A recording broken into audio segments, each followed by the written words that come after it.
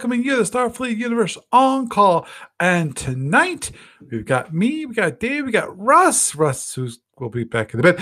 He had to go out, but anyway, you got me. I'm assuming that's why you are listening to this wonderful and wondering podcast who I go off the deep end. Topics for this evening are many and varied, and they probably will change as the night goes on. Big surprise there. So, oops.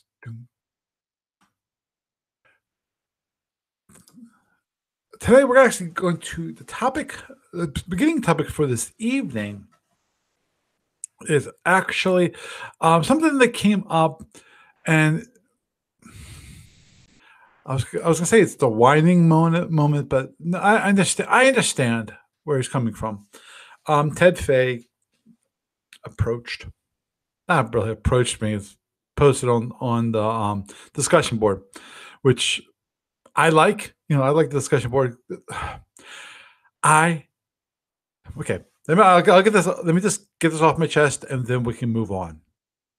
I would love to post things on Facebook and manage the things on Facebook and do all those kind of wonderful, beautiful things on Facebook.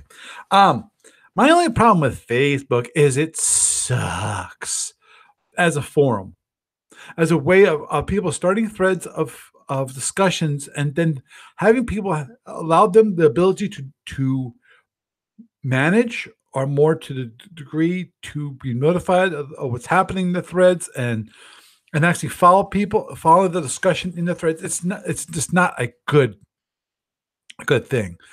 If you want a better discussion platform, go to Reddit. They're better about threading there than Facebook is. Facebook is it's not, the interface is not designed to actually have a normal conversation with people. It's not. I don't know what, it's really awful, So, I think a better one would be Slack. Actually, that was weird. I was actually listening to a video tonight, tech thing. I like tech thing. I watch it every once in a while. I rarely have an opportunity.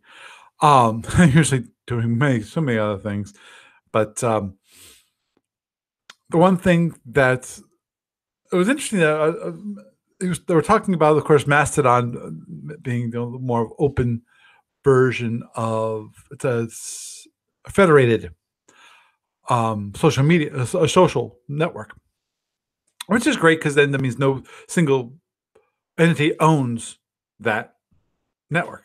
But obviously, Mastodon is not as well known. It has much smaller, like 10 times, or 100 times.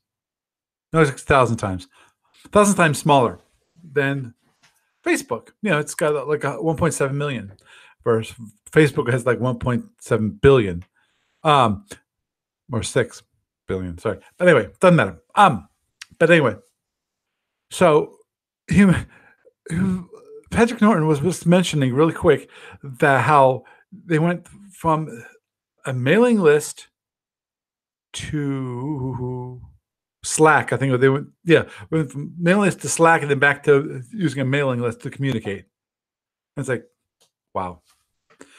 No, well, and unfortunately, hard to get people talking on a mailing list. I'd be happy to talk about things on a mailing list, but people have to actually start posting things. It's one of the things. It's momentum. You have to keep things going, and obviously, currently, Facebook has the most momentum. Big surprise. But anyhow, moving forward out of the realm of Facebook and social media, because we do have a page for this podcast called SFU On Call, which is actually on Facebook. I forgot to post the link this time and mention the topic. I apologize for that, but I forgot to do that this time. I mainly posted on Twitter and on the discussion board. Those are definitely the two main ones. If you want to have the latest YouTube feed, follow me on one of the 3 accounts on Twitter, whether it's Friends Games, SFU On Call, or Paul Friends. Follow one of them. If you want the least amount of traffic, follow SFU On Call. That's mainly for the podcast. So it's really quiet. You won't get a lot of noise out of it. That's the one. That's one thing people mention about Twitter and social media and go, oh yeah, I said, I can't keep up with it all. It's like, well, cut back on who you follow. Because I think who was it? I think it was some Leo Laporte was mentioning how he just can't keep up with Twitter and it's too noisy. And I see all this crap. And it's like, dude, trim down who you are following. That will cut back on how much traffic you see. There's actually there's a couple guys. One guy, I think it was John Dvorak, found out basically he posts constantly. And I'm sorry, that might be great for some people. That sucks for me. I prefer people that are low traffic generators. That's the people I prefer. Maybe 2-3 times a day. That's fine. And be something of more authentic, engagement, not just retweeting someone else's stuff. But anyhow, sorry, I got sidetracked there. But anyway, getting back to Ted Fay. And one thing he mentioned is that he would really like to get, if there's any way, he was asking me, is there any way to basically have the second gen SSDs back again?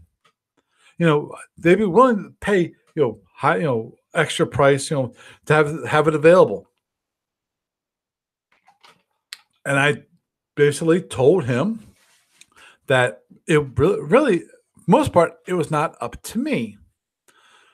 That we're doing the conversion, and he understood that we're doing the conversion because ADB said it, and ADB actually replied on that topic and mentioned that no, we've lost too much money, and we actually, it might not seem like it, but the business is growing, which is, I'm shocked to hear.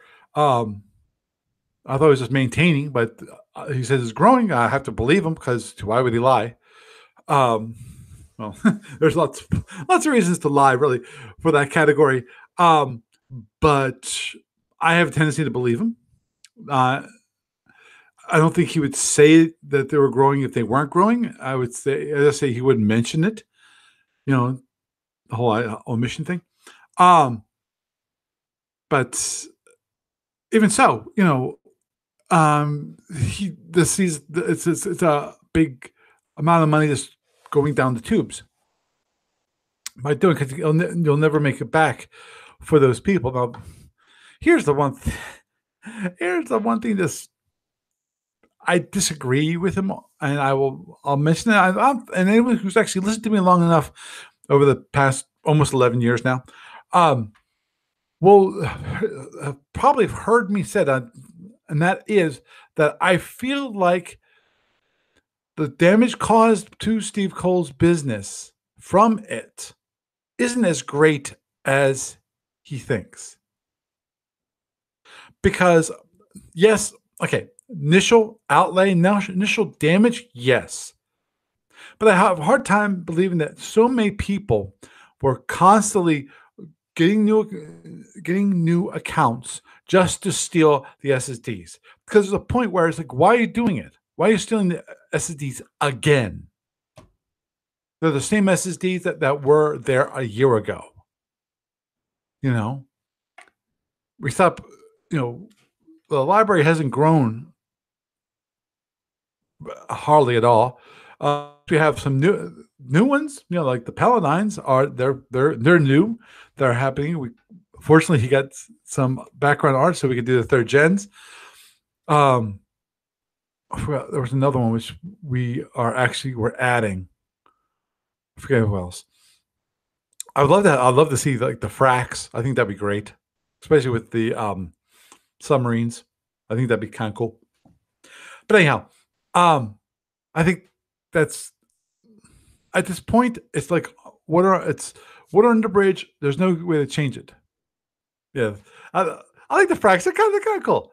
Um, though again, I prefer Saltorians and Andromedans. Um, but anyhow, so but he said that's not happening. Given that fact, that's actually to get to the actual point I'm trying to get to, which is the whole idea. Okay, we got the third gens. We got the way it's currently designed. And actually, it's one thing I wanted to do. Give me a sec. Boys and girls and children of all ages. Oh, sorry. One thing, which is I want to actually bring up.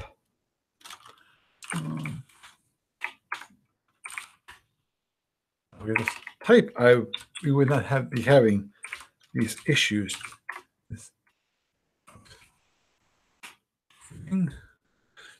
Sec, I will be doing a quick change in. Okay, oops, I did not mean to do that. Let me.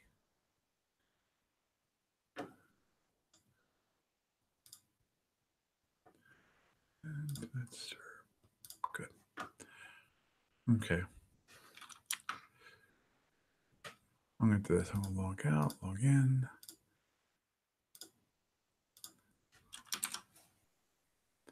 Give me a sec. Then what I'm planning on doing is actually, let's bring up. So what I want to discuss is improving the third gens.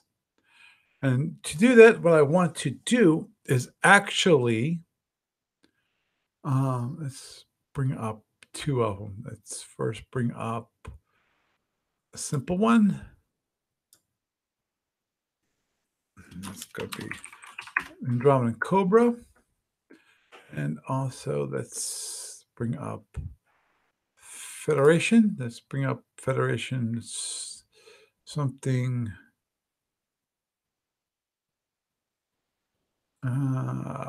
Say a light carrier.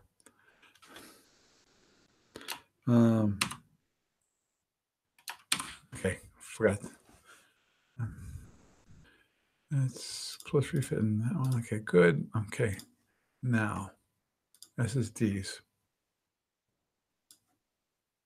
Boom, boom, boom, boom. Okay, and it's give me a sec here because I know that the people in the talk show can't see this, but if they want to see it, they can move over to the stream.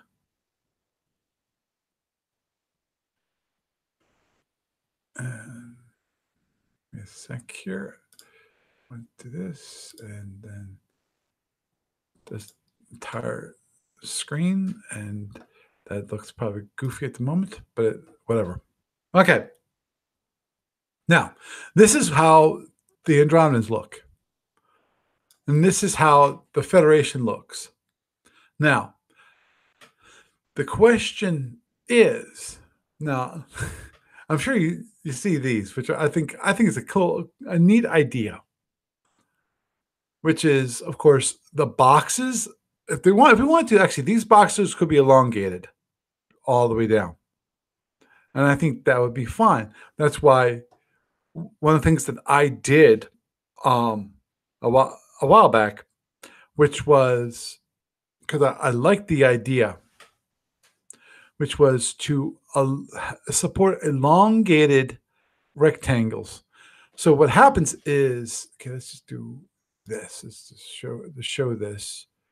Now, let's just go 10 points of damage to show that, and see how it turns red, and gives you kind of a whatchamacallit,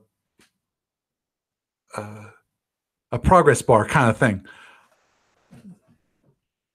And you can, and obviously it's 14 points left, and as the red fills up, your shield gets lower and lower and lower.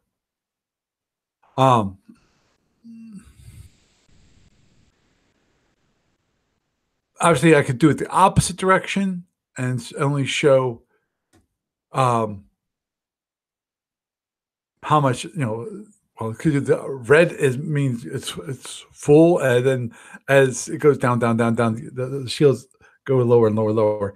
There actually was an idea from somebody, which was the idea was arcs. Change these from being boxes into arcs. Like here, from like here to here, how that shows an arc here to pick a point here, so like here to here, have an arc there, have an arc here, have an arc here. Basically, the whole idea is to show an actual shield around the ship. Um,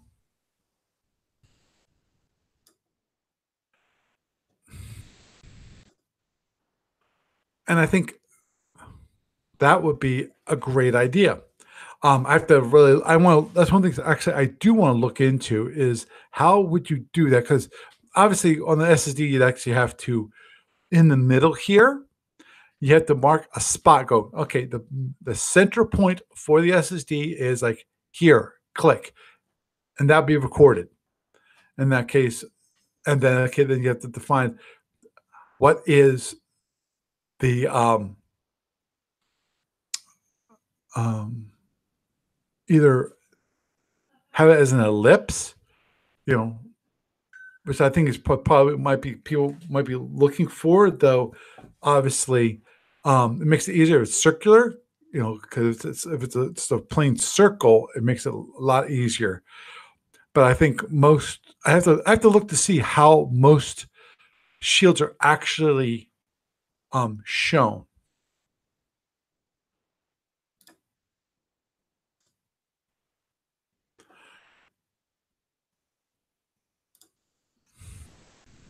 But that's something that could be that's a one improvement that could be shown. Now, the complaint that Ted actually had about the third gen SSDs is that it made him hard for him to have to look at an SSD and have a good idea of what the damage, look how much the ship looked, how well it looked. And I understand that because of these are just numbers. It would be easier if you could have like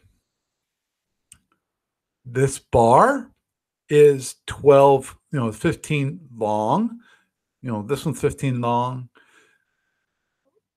Rear hull is 4. Maybe you have a box, which is like kind of a 2x2. Basically, regenerate the second gens, but without the boxes.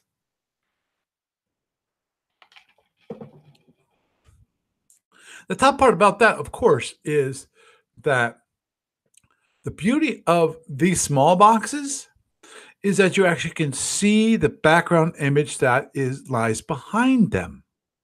That's the good part. The bad part, as Ted points out, is it makes it more difficult to get a feel of how badly damaged your ship is. For example,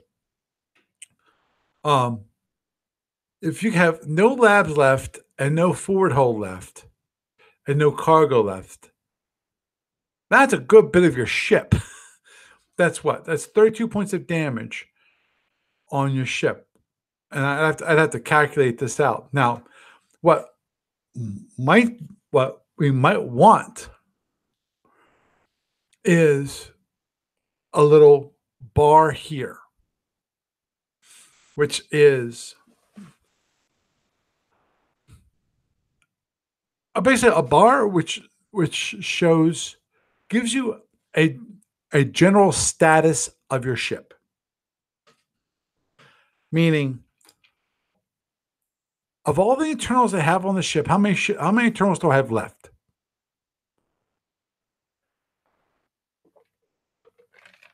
Because I think that will give you a better picture of the general status of the ship. Because of now, when it comes to weapons, you'll have an idea of how many weapons you still have left. And obviously, again, the tough part about that, again, is knowing how many weapons you have left out of how many you had to start with.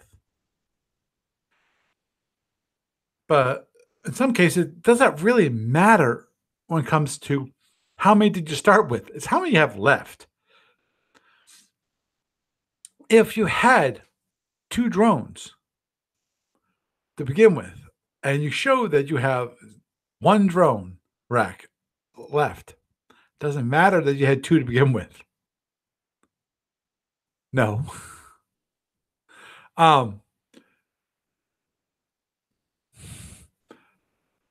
in my mind, it only matters possibly in the case of duel situations where you wanna have an idea of how much damage you instead of taking your current weapons and calculating how much damage you can do, you would with in a duel situation, usually you assume that if equal PVV is created and you cut the amount of weapons in half, you have half as much firepower as you previously had. Now the question is, how do you know you only have 50%? You don't.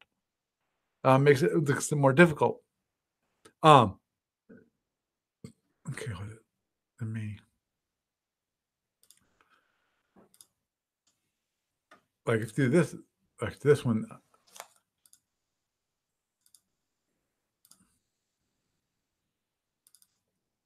and that one. Okay, so you got two gone, two left. Now, and you have to kind of assume because you see that it's 50% of your, you know, if you have good, decent special ranging, you got two left out of four, and you can see that two there, and it's approximately 50%. So you should have an idea. Now, this is a little more difficult because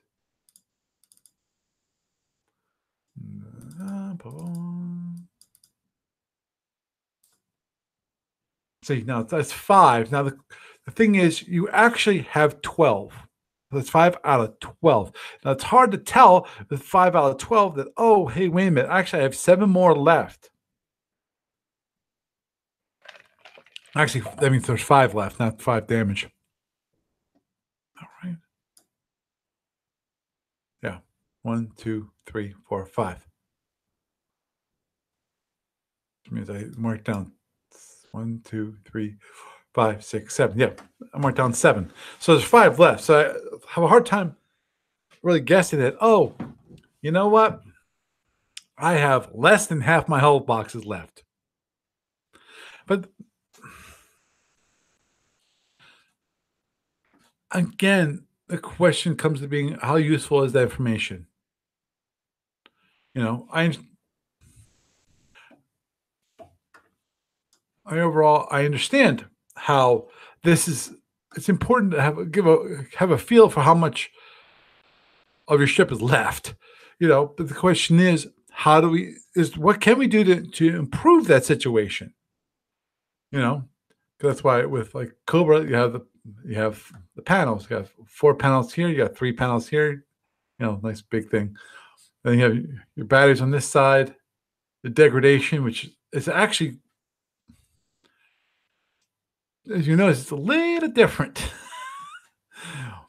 than other things because of degradation for this is not degradation. It's degradation and energy. Has to be both of them have to be shown. So that's why you have a split here. How much degradation you have, how much energy do you have? Um, it's really kind of crazy. And of course, you have individual batteries.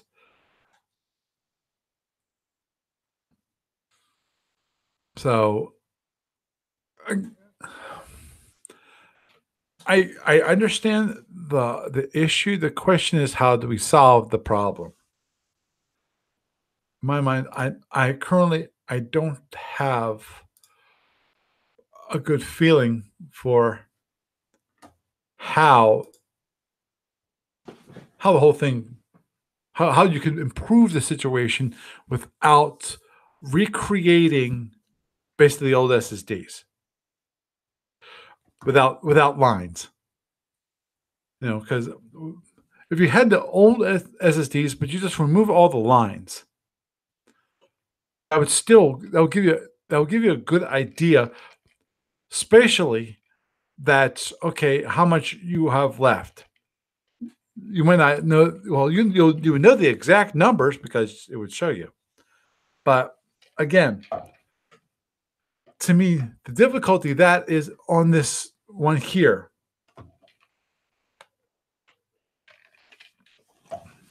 If these are special, so honestly, these I don't think matter when it comes to the sensor, scanner, damage control, and excess damage. Excess damage matters, but the other three do not matter. I don't think anyone actually looks at the track and discusses whether their sensor track is too damaged, or their scanner track is too damaged, or the damage control track is too damaged. Now you don't think about that. You just know what your current one is, and if you're really interested to what is below this, edit the ship, bring it up, and then you can see it's 666, then 531, and then finally sensor 0. So that's what the track is actually is. But for these, I don't think it matters. I really don't. Now, again, I understand that for the rest of the boxes, it doesn't give you a good idea spatially. But the issue, as I mentioned, is the background image. If you make these all the same size, you'll get back to Federation Commander. And it's here, and I should be able. Let's bring up, because we saw the Federation Commander. Let's bring up Federation Commander. Let's bring up Federation Commander room. And let's add a piece here. Let's bring up BCJ. Okay. Now,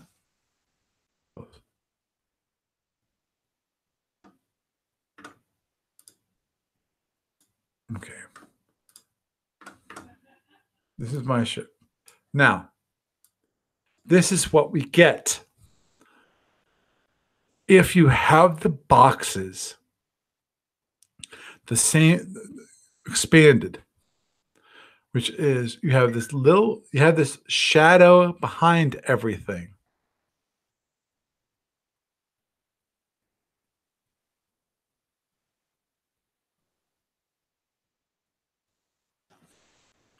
And so you barely see the image behind it. Now, does it give you a better idea spatially how much is left? Yeah, it does. But the question is, okay, oops. Let me, dun, dun, dun.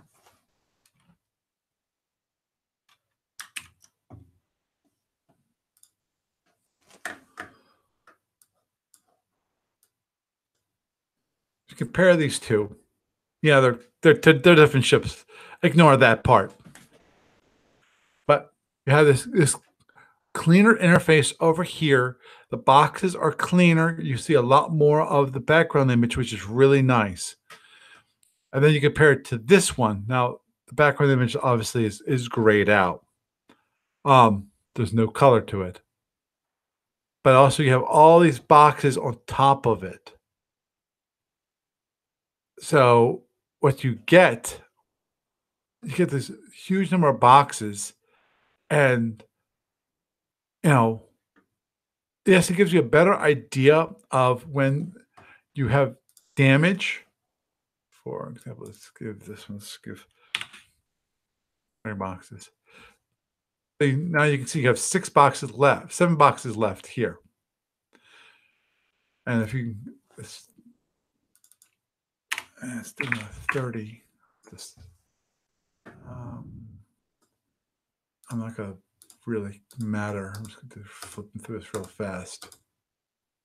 Okay. So you got with all the colored in boxes. With that, I'll admit you have probably a better picture of where you stand.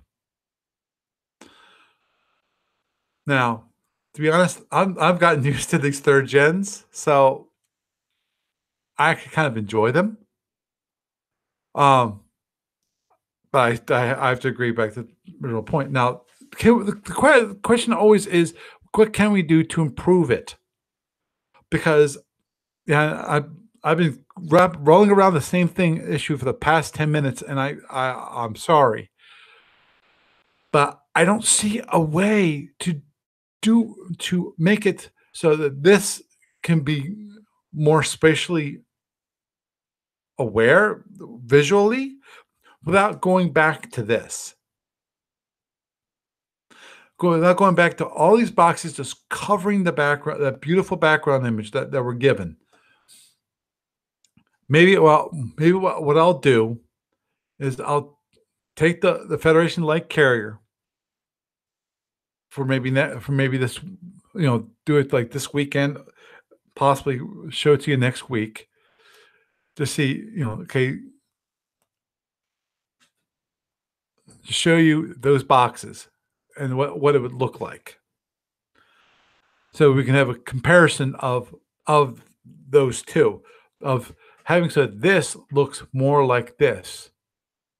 We have the boxes are as big like this is one box will be a certain size, then we'll multiply that by 3.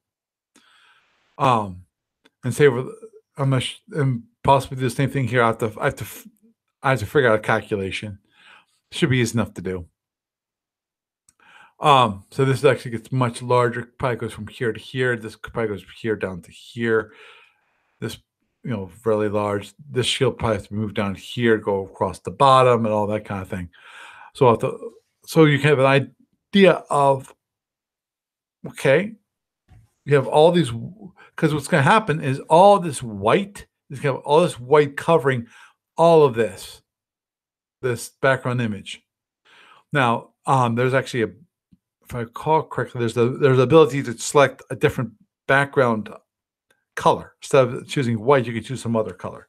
Now, currently, we don't have the ability to select it on kind of boxes, like they have for Federation Commander, which I don't think is really a big deal at this point. So, I don't see how we can. I understand Ted's perspective, and I feel like if he gave it an honest try, that if he gave it an honest try, give it, play with it for like next 5 games, he would get used to it. And then, yes, it'd be different from playing it in real life. But the question is, how many people actually put down the board and play the game? How many people are doing it online versus, in real life? Because I'll admit that my perspective might be just a little bit skewed on this, but I feel like when it comes to tactical board games, those are becoming less and less of a market compared to, the collectible card games and the board games. So things like the things with the tokens and all this kind of stuff. Things like basically the Merchants of the Federation, which will be coming out soon in. I'm not sure what you call it, because I guess you have to call it like almost a beta test to a certain degree, because the Merchants of the Federation, Steve Cole, is basically going to be putting it out there for sale, in e-form, completely electronic, no hard pieces. Basically, if you want to play it, you have to gather up your pieces yourself and then if enough people buy the e-copy, he said around 100, then the figure there's a good enough market and for it, and then they'll actually invest in a Kickstarter campaign to actually see if enough people actually put their money where their mouth is and buy it. And I'm gonna be honest here when it comes to the Merchants of the Federation. I will buy. I'm gonna get a copy of the Merchants Federation for free, but that's only because Steve Cove promised me a copy. So if you were listening last week, you know that he did that, and I did not ask for it. He volunteered. So in my mind, I will still look at it. I will examine it. I will try to play it, and if I find issues with it, because that's another thing that in a way it is kind of a beta test because as Steve Cole pointed out last week, and that is that the biggest issue that he had when he got into RPGs, when he created Prime Directive, is that Steve Jackson went, "What are you doing? You're creating a book with rule numbers." And Steve Cole's like, "Well, what's wrong with that?" And it's like, "No, RPG players don't want rule numbers." Okay. So he had to remove all the rule numbers and just have it so that it was pages and chapters referenced. For it comes to rules between, any references from one rule to another rule. Because I think both him in his mind and in my mind, it's kind of important that you have reference to other rules when they're related. So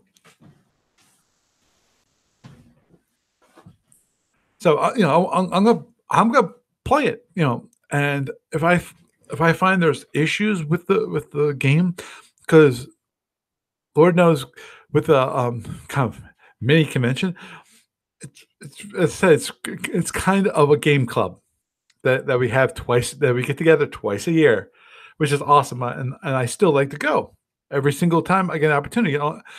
Only time I could not go was for this past Gamers of Winter, which I have not skipped one of these things for years, but I just could not make it this one time, and I felt really bad because I really wanted to go. But I've played these other kind of games, the card, Terraformers on Mars, all these different kinds of games outside of tactics, and Lord knows there aren't that many people that actually are interested in playing tactics games at that convention, at that gaming group. But Merchants of the Federation, I think, would be interesting to see how that plays. The big question, obviously, is I'm hoping that obviously the one thing with the ebook version is they're going to have at least the graphics available so people can create their own boards. Even if a lot of what they do is they print out a sheet, which you can do. You can probably get it like a Kinko's, where you can print out this huge map, is what you can do. Or buy a map. Hey, you might want to do something from who was it? Actually, I wonder if, give me a sec here, because the question is, okay, Dave doesn't remember off the top of his head. He might remember, and he just doesn't realize I was asking about that. About the there are maps out there where you actually are printed maps, and they're meant to be drawn on. And I forget who last time we had as part of, I think some of the ones we looked at were part of the Christmas special that we had in December. Pff, big surprise in December for Christmas. Shocker. But anyway, and have it so that we can set the board up. Might have to draw on it to say, okay, there's these space lanes from here to here. Do that. Have tokens or or use counters or use ships. If I maybe, you know, if I get it and it requires this many pieces, maybe buy some cheap versions on Shapeways, you know, the low cost versions, and spend maybe $100 or something like that on count on what I would consider, you know, game pieces, and not paint them, but to at least have them look like the ships. They'd be poor quality, but it's a start, and it'll look like the way it should look. So I don't know what the game is actually going to look like, though. It's a trading game, so it should be interesting to see how it all turns out. Um, yeah, it's a train. I think you call it a train game. The whole idea, I think, is that you have these um, space lanes where you do all your trading between the bases and territories and all that kind of thing. You run into different issues, from pirates to blockades to other things, and as Steve Cole mentioned, they had this Klingon base out in the middle of nowhere, but it's like, okay, why is that there? Why do you even have that on the board? Because if you don't have it, why you have it on the board if they're based the whole idea of being to get to there, it's high risk. But if there's high risk, there's high payoff. It's if just like if you ever played stocks and bonds. This is showing my age. Created by Avalon Hill back in the day. I mean, back in the day. This is when I was a teenager. So this was back in the 80s. Yeah, 30 years ago. More than 30 years ago. I really got to stop thinking about that. But anyway, there was like Striker. Striker was a really high risk stock to own, because you could go each period where you actually would buy stocks or sell stocks. It could go up really high, or it could go down. It could plummet really quick, And then you have some other ones which are less volatile. And then you have bonds, which were just, settled. You always got a certain amount every single turn. And that's the way this Merchants of the Federation is going to be, where depending upon the trade route, you can have more risk but higher payoff if you're successful. Now, obviously, if you're not successful, then all of the money you just put towards it goes out down the tubes. But that's the risk you take,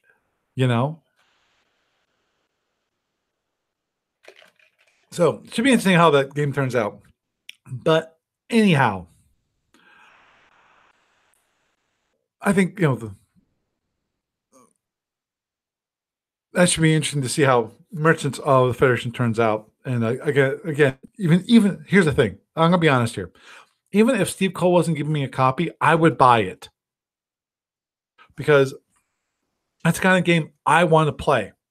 Especially because I think it's one of those games that I think I can get other people that I know in this gaming group to play, because that's the kind of game that they're interested in. They're interested into simple strategy. They're interested in strategy, because strategy for chess. It's strategy for playing poker. There's strategies involved in playing different games. Same for tactics. It's just set of things that you do. And that work. Strategy. Overall overarching plan. Now, given that, I think I could get, especially if I can get it in time, and I can then possibly get together the materials. I might be able to get some people involved. As I said, first I have to read through the rules and see if I actually like it, and I might be interested. And then even play without the pieces, and then maybe if I get interested enough, I'll buy a set. I'll create a board game from a set of pieces that from maybe Shapeways and some other stores. Possibly you have to get like tokens. Spend a bit of money on getting it all set up. Because heck, I might even be able to get my daughter involved. My daughter loves playing games, which, as I mentioned before, she, my youngest child, she's 21 years old. I'm sorry, I'm 54. I'm allowed to. Not 54. I'm 53. I'm 53. I'm 53 years old. I'm allowed to call my 20-year-old child a child because she's still much younger than I am. But that my 20-year-old daughter gives me hope when it comes to the selling and buying of physical games, board games, card games, all these kind of games. She and her friends give me hope that this is not going to go all electronic. Of course, I'm going to be honest with you. My daughters are a little weird. At least I think they're weird in this category. Which, how many of you back in the day, this let's say 5 years ago, maybe up when maybe up to 10, somewhere between five in the past 5 10 years, when we started having ebooks, and bought a lot of our books now using we read them on tablets, we read them on e-readers. We don't buy physical books. How many of you thought, that everyone was now going to buy electronic books? No one's going to buy physical books. Why you buy a physical book? You have to fill up your shelves full of this dead trees. I still buy physical books, but those physical books are limited to certain kinds of books. For me, usually they're either programming or they are religious. One of those two, where they're knowledge. When it comes to fiction, I read fiction. I use e-readers. There's one book I'm actually reading on my iPad, which is an interesting one called "The Way of a Pilgrim." It's actually kind of a religious fictional book. It's an interesting genre because I'll just mention real quick and then I'll get off. And that is that it seems to be fiction that is it's almost like a way of teaching people about, in this case, the big thing is the pilgrims. The pilgrims are learning about praying, and it seems like with reference of other real books, it's mentioned in this piece of fiction. But and telling you how he learns how to pray, and different things. He's a pilgrim. He goes from city to city around Russia, and he learns more about these from different elders, and they talk about it and the different things he finds out. And it's almost like, to me, it's kind of a different genre in that it's a kind of religious genre, which is fiction, but it's like using a story to teach. And that seems to be its own, to me at the moment, that seems to be its goal. Because what you're reading is just about the wanderings of a pilgrim in Russia, and all the people he meets up with, some of their stories of the people he meets up with. But through it all comes back to learning, basically being almost like a religious, So it's like, wow, that's why I find that's why I call it a genre because it seems like really interesting. It's possible. Obviously, this was written in Russian, and I've got English translation, of course, because I can't read Russian. Big surprise.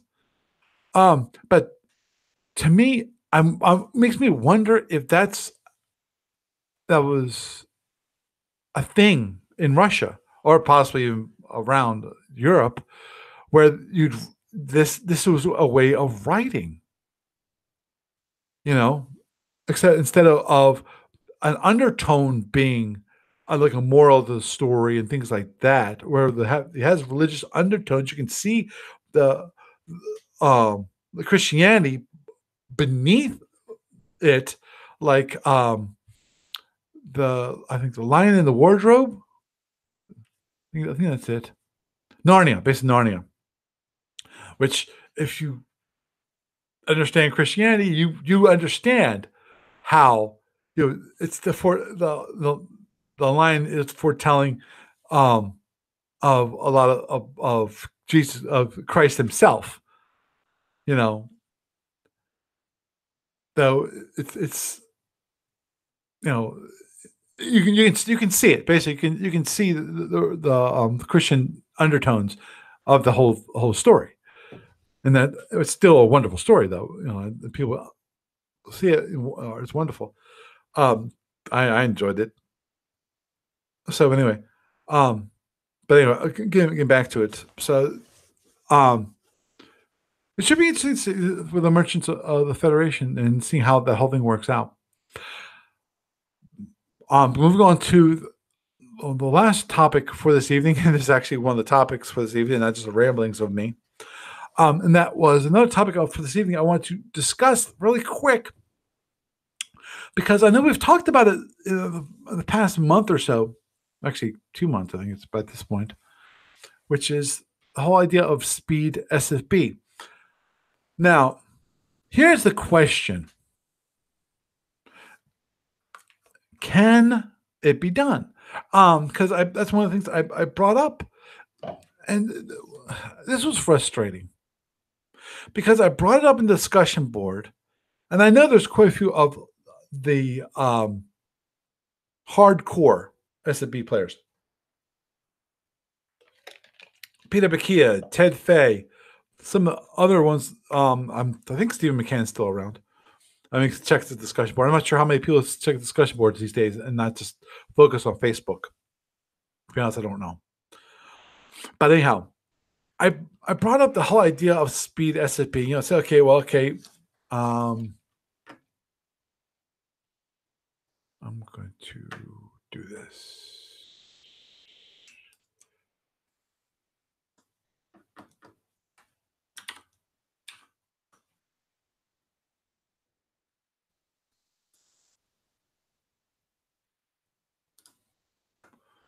Don't mind me. For you on the YouTube feed, I must have something a little more tame. But just bring this up, which is this client program priorities. Okay, this is what this was my proposal. My proposal is there were 2 questions I posted, which is okay, what time limit should I put? That was question 1. Question 2, what should happen if the time runs out?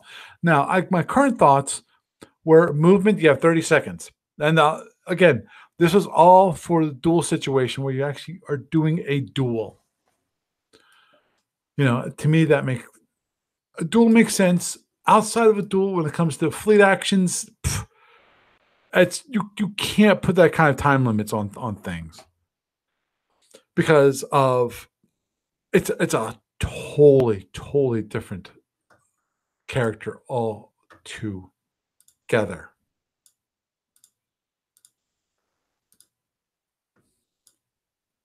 I'm gonna bring up this for you. What are the time limits and what happens if the time runs out? Now, time limits, as Ted Fay mentioned, I was like, why don't you just have a dialogue where people can decide on time limits? And obviously, if we decide tournament people, say we're going to do it for tournaments, that we will have time limits on it. We can set those time limits, and then the players then would use it, just like the whole idea of call for fire. Don't get me started on that with the pure versus pure impulse activity. Don't get me started on that. I can ramble on for another half hour on that topic alone.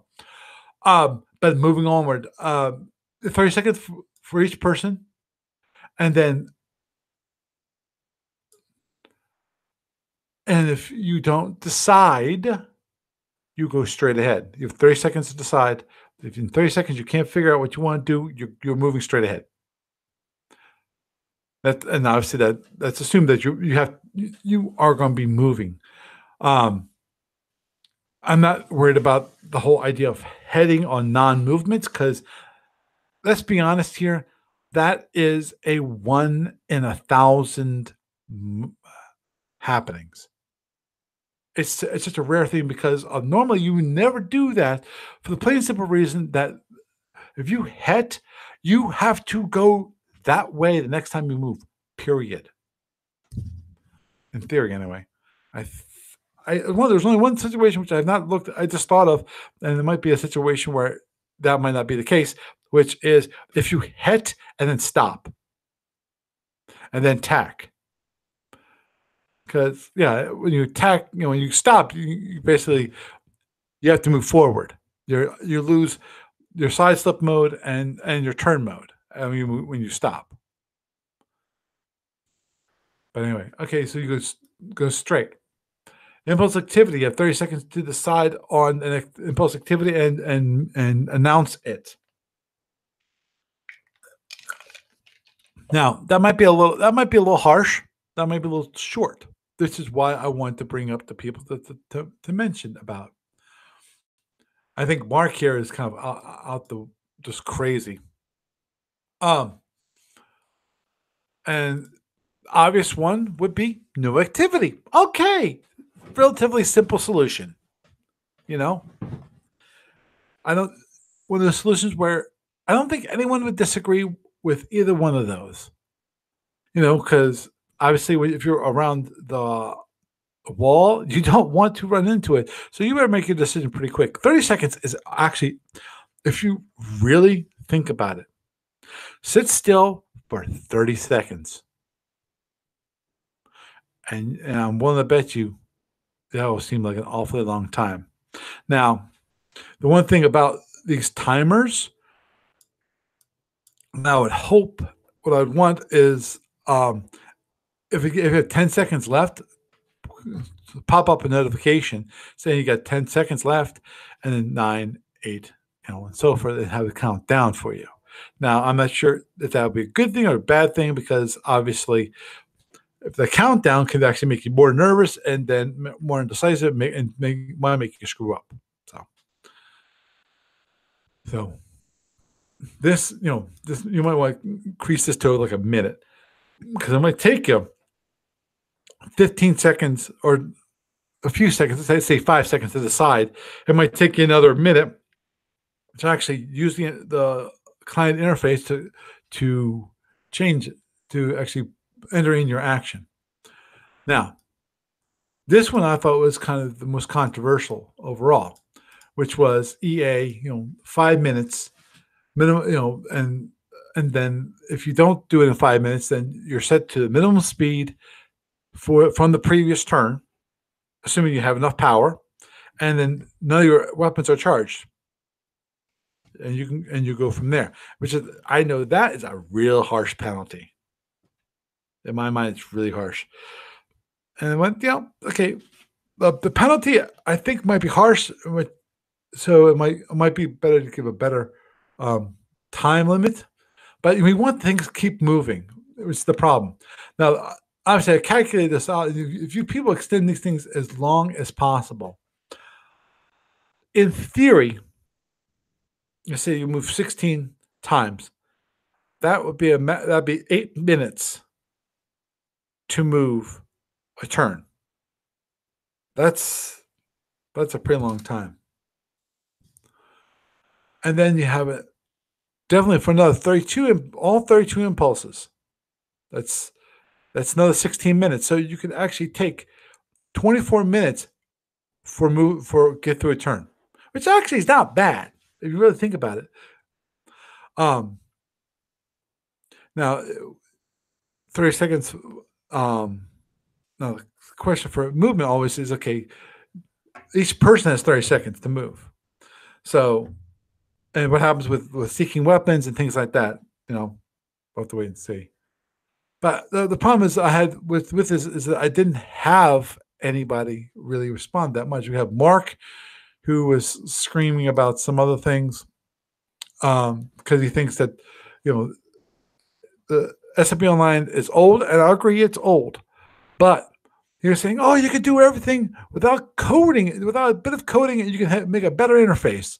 And I go, nope. Actually, the funny part is I went into, I did a really quick thing last week when it comes to, I think it was Game Maker. And Game Maker, you said, oh, you can use Game Maker and you can create a game from it. It's like, I looked at Game Maker, I watched some guy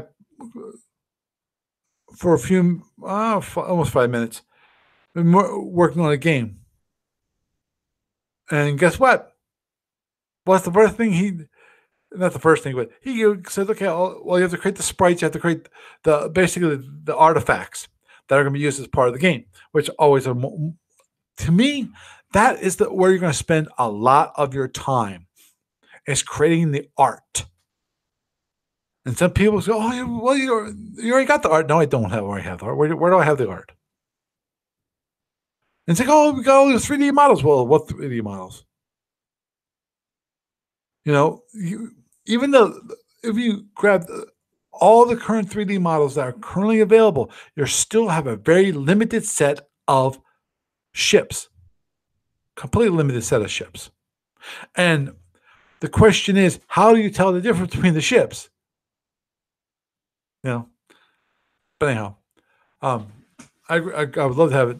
The fun part is that Mark here is saying that time with a lot of personal player. That is why we use a chess timer. I'm not sure what that means. What is a chess timer?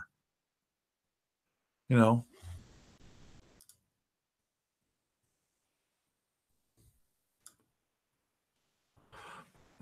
I have to check to see what is a chess timer. How does a chess timer work? The only reason I didn't use it internally when I started because that was didn't allow me to use a chess clock. It was a long time ago. I'm pretty sure we used 20 minutes for EA and 30 minutes for decision making during the impulse procedure, which I have a hard time believing.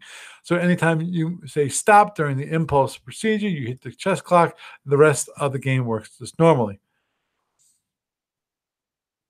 I'm thinking what he meant by this is 20 minutes. I think is way too long for EA. I really do. You should be able to complete your energy allocation. The worst case scenario, 10 minutes. 30 minutes. I think 30 minutes. He meant over the turn. Meaning you basically used a chess clock, and I have to look up to see what does that mean. But anyhow, let's say that okay, this can definitely improve and speed up SFB play if we have actually time limits on it. But is that the only solution? In my mind, I don't think that's the only solution. But for SFB, it's the only solution.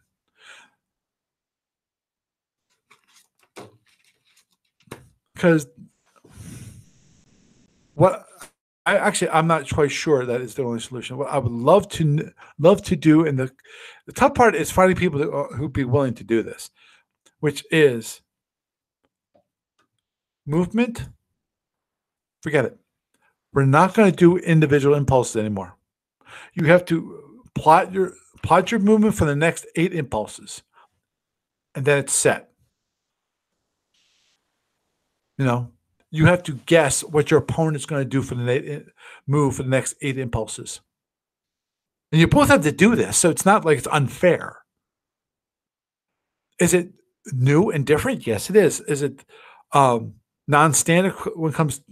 People have gotten so used to free movement. Yes, it is different than the free movement. But,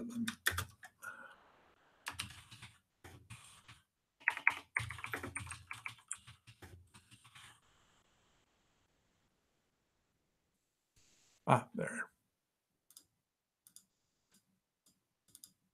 I just want to look at something real fast, and then I will probably bring.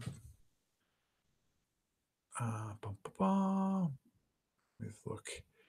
Movement. There it is. Okay.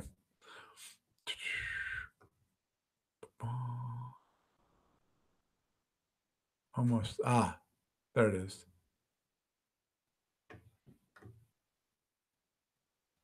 Okay. That is back in the day. We had what was called pre-plotted movement. Under the pre-plotted movement system, level C1 under C33 3.130, sorry, C.33 below, players must specifically plot movement of their units for the current turn in advance during energy allocation. Note seeking weapons are not plotted, but they follow a designated target. Then, of course, there is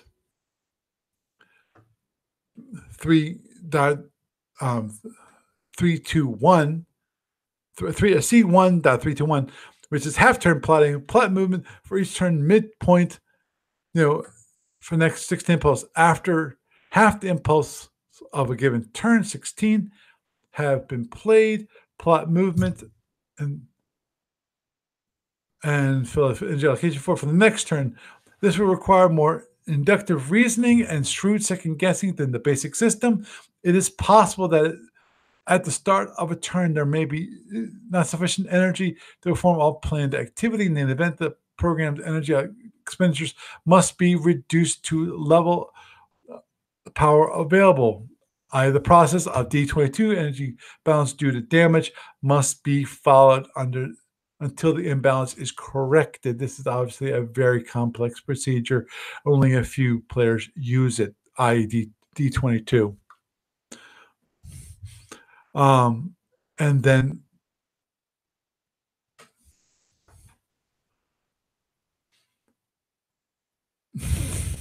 interesting, they have C.3. There are several levels of plotted movement. Under the more restrictive levels, all movement-based activities must be plotted. Under more liberal levels, many actions can be made freely. Note that the various forms of segmented plotting are variations of all levels, not a level themselves. Also, note the energy allocation and movement plotting are related, but not the same. Allocating energy for a high energy current is not the same as making a turn at a specified point. And it talks about modified free movement and then, which is always interesting. Standard free movement, then liberal standard plotted movement, plotted shuttle movement, optional shuttle movement plotting, and then restricted mine placement. There's certain things that are always plotted, and it talks about all through that.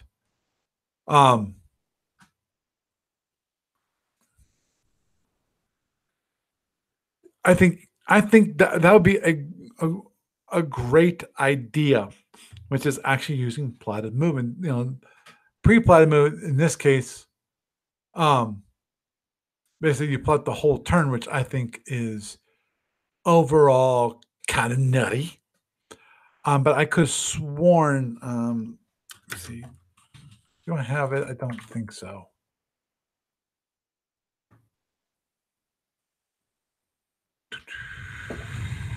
No, I don't see it. I might have the designer's edition with me. I'm not sure if I might have bought it. I might not have bought it. I think I did bought it. I'd have to find where it actually is plotted. So I think plotted movement might actually speed things up greatly.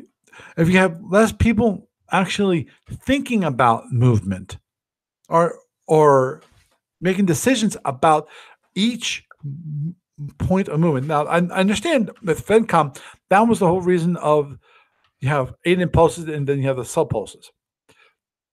The idea was not to cut back on the movement decisions, it was to cut back on the activity decisions. The whole idea of if you cut back on the activity decision, that will speed up play.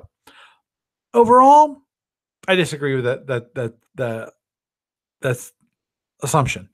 Um, the analysis of it that if you cut back on the number of impulse activity, you actually speed up play because you cut back on those decisions.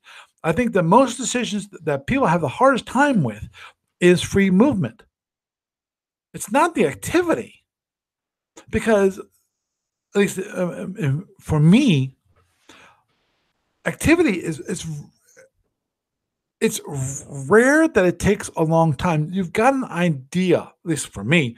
I have an idea of what I want to do this turn. That okay, I want to get to range 5 or closer and then fire and turn away. Now, if he does something that will obfuscate that, then it might require me a little bit of time to actually think about what I want to do next. But most of that is going to be driven by movement. So I think if we can speed up movement itself, then you can actually speed up play. Forget about the impulse activities.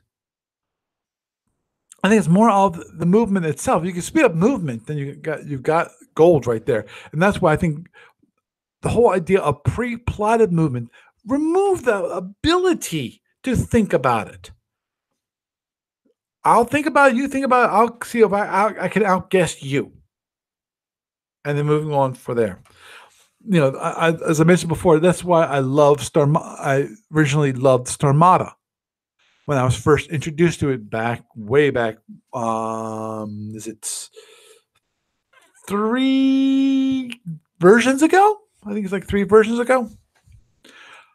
That I've thought about the pre-plotted movement, and I was like, wow, I love this, you know, and that was fantastic.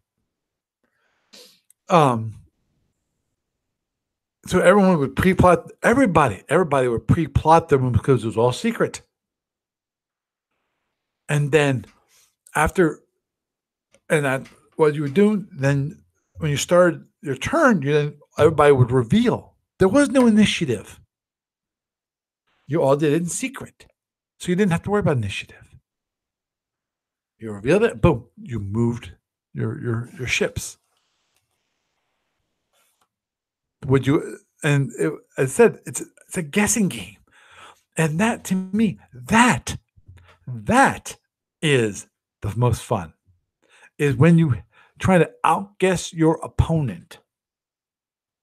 Yes, we still have that in SFU when it comes to free movement, but usually it's about what actions they're going to take, not the movement that they're going to do, but the actions and when they're going to do these actions. So, I think that we could actually speed up play by forcing a pre-plotted movement, 8 impulse pre-plotted movement. And, now, obviously, the gotcha in that one is only caveat I would allow where you could break that is if you do ahead. And the reason why I say that, and this is the only reason I say this, is because a high energy turn it's possible that it might not be plotted.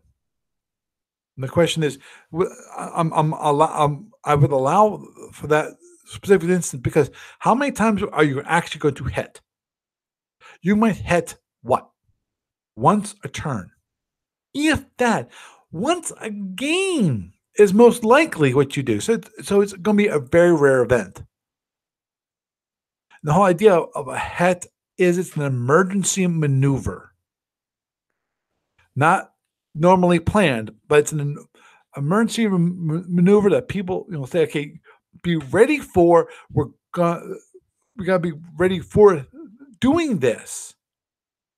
But you know that usually coming into the turn, or if you have planned on coming into turn, you know it's a possibility of your reserve power. But the instant that it happens, it's going to change. So with that, I think we will wrap up for this evening. Had a nice little talk about, of course, speeding up play and such. Rambled on about the merchants of the Federation, which I can't wait to see. And of course, talking about the wonderful third gens and what can we do to improve them so they're more accepted by the community. I understand that people aren't used to them, but I really think that people gave them a chance. They would get used to them, and they might even have some good input into them. So with that, I am Paul Franz, and I bid you a good night.